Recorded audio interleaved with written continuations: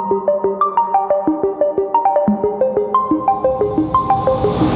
my name is Justin Jennings. I'm a curator at the Royal Ontario Museum in Toronto. And I was the curator for an exhibit that just opened up before the pandemic called Winnie-the-Pooh, Exploring the Classic, about this guy right here.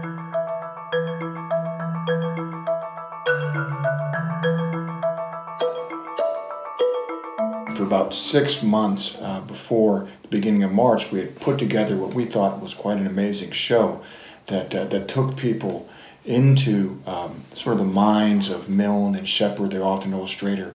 We opened it early March. 6 days later, the museum closed, and then the lights went off. And so it was very disappointing for everybody at the museum because we knew that this show had traveled all over.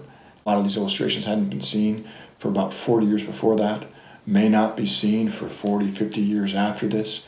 So this was the last moment that people could see all these great objects, all these illustrations.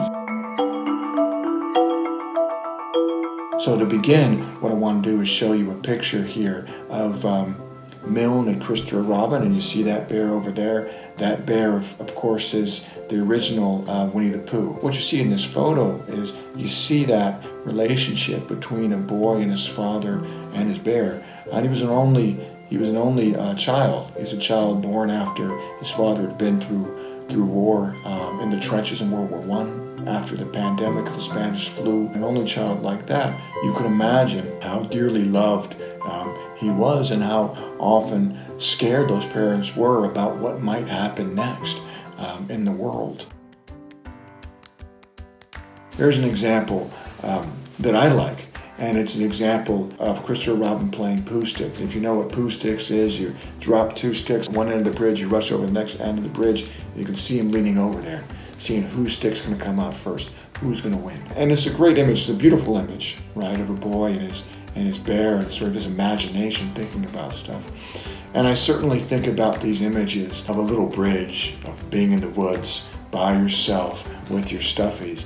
When I imagine, kids today and look at my own kids as they navigate this self-isolation.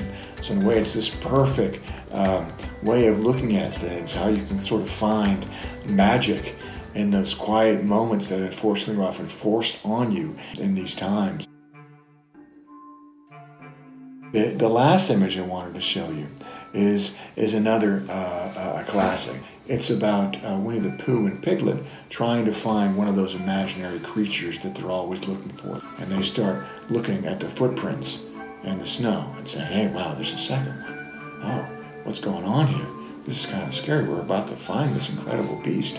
At the end of the story, Christopher Robin's been sitting up in the tree looking down at these guys and says, hold on a second. You guys have just been chasing yourselves in the woods. Those are your footprints. And I think this is a great story in some ways as well for the pandemic, because we're sitting here, you notice they've got a little distance. They need a little bit more distance between themselves in terms of the six feet rule. What you get is you get them running in circles, right? Not so much bored, but I do sort of find myself, and I'm sure you do on occasion, running around in circles as well. We got Christopher Robin here by himself, right? The lone human, playing with his imagination, playing with his dolls.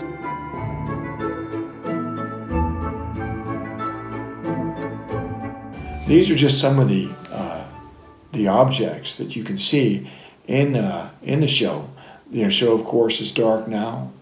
We'll open. We're not sure when we're going to open, just like everybody else. I'm excited. I'm chomping at the bit to get back there, to show you Pooh, show you that magic once again. So hopefully we'll be able to do that for everybody pretty soon.